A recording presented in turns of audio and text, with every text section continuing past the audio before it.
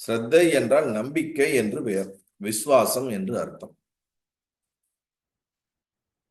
பகவத்கீதையில நம்ம கிருஷ்ணர் ஸ்ரத்தாவான் லபதே ஞானம் அப்படிங்கிறார். ஸ்ரத்தை உடையவன் ஞானத்தை அடைகின்றான். அதே போல 17வது அத்தியாயத்துல ஒரு 6 ஸ்லோகங்களை ஸ்ரத்தை பத்தி ரொம்ப விரிவாக சொல்லுகிறார். எப்படிப்பட்ட ஸ்ரத்தை இருக்க வேண்டும், எந்த ஸ்ரத்தை உடையவன், அவனுடைய குணங்கள் எப்படி இருந்தால் அவனுக்கு எந்த மாதிரியான ஸ்ரத்தை இருக்கும் என்று சொல்லுகிறார். இந்த ஸ்பிரிச்சுவல் ஞான பாதையில் இருக்கிறவர்களுக்கு இது ரொம்ப முக்கியமான ஒரு விஷயம். அதாவது கொஞ்சம் ஸ்ரத்தையை பத்தி கொஞ்சம் ஆழமா நம்ம உள்வாங்கி கொண்டு இதுல அடுத்து இது போலாம்.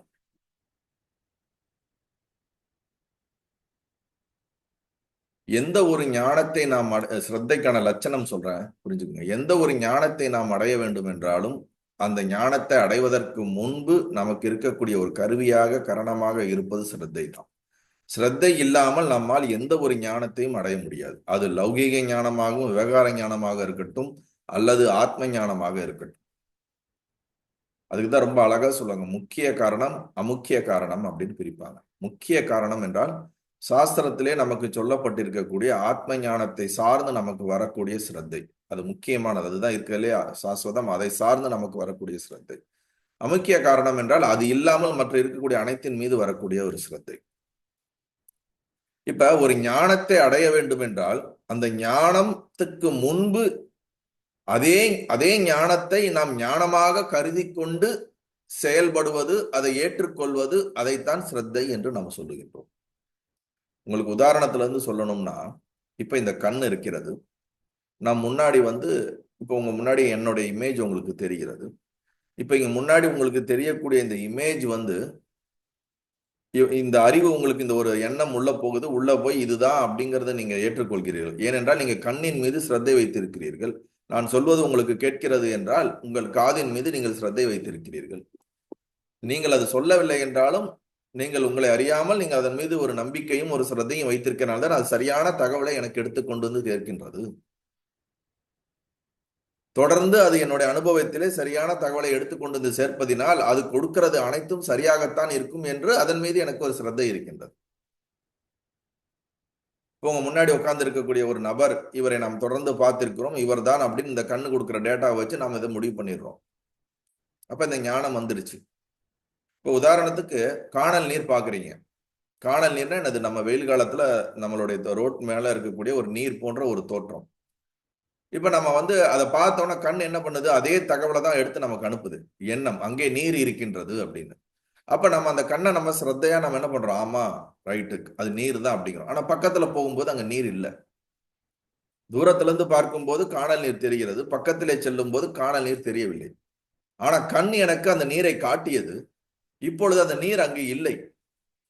அப்ப இதை எப்படி எடுத்துக்கிறது? கண்ணை நான் நம்புறதா நம்ப வேண்டாமா? கண்ணு சொல்றது எல்லாத்தையும் நான் நம்புறதா? இப்பதானே காட்டுச்சு, இப்ப காணமே. அப்ப அதுக்கு தாண்டி பார்க்கும் பொழுது என் கண்ணுக்கு அது புலப்பட்டது இப்பொழுது இல்லை. அப்ப நான் எல்லாத்துக்கும் கண்ணின் மீது ஸ்ரத்தை வைக்கிறதா வேண்டாமா? ஏன்னா ஒண்ணு காட்டுது, அடுத்த நேரத்துல அது இல்லாம போகுதே அப்படின்னு நமக்கு தோணலாம். அப்ப நாம் எந்த ஒரு விஷயத்தின் மீதும் நம்பிக்கை வைத்தால்தான் அது நமக்கு ஞானமாக மாறும். நம்பிக்கை வைக்கவில்லை என்றால் அது ஞானமாக மாறாது. சரி, இதுக்கு மேல கண்ணு காட்டுற எந்த விஷயத்தையும் நான் நம்ப மாட்டேன் அப்படின்னு சொன்னா அப்படியும் கிடையாது. அது பல விஷயத்தை கரெக்டா காட்டுது, ஆனா காணல் நீரை அது சரியாக சொல்லவில்லை. அப்ப இந்த விஷயத்துல அதன் மீது நான் ஸ்ரத்தை வைக்கல. பல விஷயத்துல அதன் மீது ஸ்ரத்தை வைக்கிறேன். இந்த மாதிரியான விஷயத்துல நான் ஸ்ரத்தை வைக்கல. அதற்கு அப்பாற்பட்டு இருக்கக்கூடிய ஒரு அறிவின் மீது நான் ஸ்ரத்தை வைக்கின்றேன். இப்ப இந்த உலகம் என் கண்ணுக்கு தெரியுது, என்னால் அனுபவிக்கப்படுது. விவகாரத்துல இந்த உலகம் என்னால் அனுபவிக்கப்படுதுங்கிறது எனக்கு ஸ்ரத்தை இருக்குது. என்னோட புலன்களின் வழியாக தொடுதல், பார்த்தல், கேட்டல், இதன் எல்லாத்தின் மீதும் எனக்கு ஸ்ரத்தை இருக்குது. இது அனுபவபூர்வமான விஷயம். நான் என்னோட உடம்பின் மீதும் என்னோட சென்ஸின் மீதும் வைக்கிற ஸ்ரத்தையினால இது அனுபவிக்கப்படுகிறது, சத்தியம்தான். ஆனால் இது இந்த ஸ்ரத்தையானது அறிவால் ஆராயும் பொழுது இவை அனைத்து மித்யா என்ற அனுபவம் வரும்போது இதற்கும் அப்பாற்பட்டிருக்க சத்தியத்தின் மீது நம்ம ஸ்ரத்தை வைக்கும் பொழுதுதான் இதிலிருந்து நாம் விடுபட முடியும். இல்லை என்றால் இதிலே என்ன ஆயிடுவோம், இது சொல்வது எல்லாமே சரி. இப்ப நமக்கு பிரச்சனையே என்னன்னா, இந்த உடம்பு மனசு அல்லது இந்த பஞ்ச இந்திரியங்கள் சொல்வதுதான் சத்தியம்னு நாம இதன் மீது ஆழமான ஒரு பிடிப்பு வச்சிருக்கிறோம், சிரத்தை வச்சிருக்கனால இதற்கு மேல் சொல்லக்கூடிய சத்தியம் நமக்கு விளங்கவில்லை. என் கண்ணுக்கு கண்ணல் நீர் தெரிஞ்சிச்சுப்பா, அது உண்மைதான் நினைக்கிறோம்.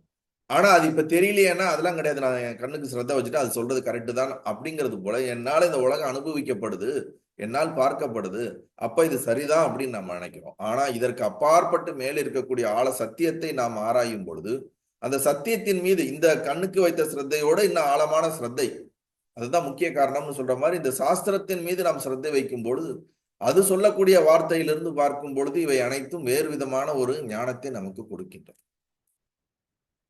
அப்ப ஞானம் நமக்கு ஏற்படுவதற்கு முன்பு அந்த ஞானத்திற்கு என்ன ஒரு மதிப்பு கொடுப்போமோ அதே அளவுக்கு நாம் அந்த சிரத்தைக்கு மதிப்பு கொடுக்கும் பொழுது அதுக்கப்புறம் ஞானமா மாறிவிடும்.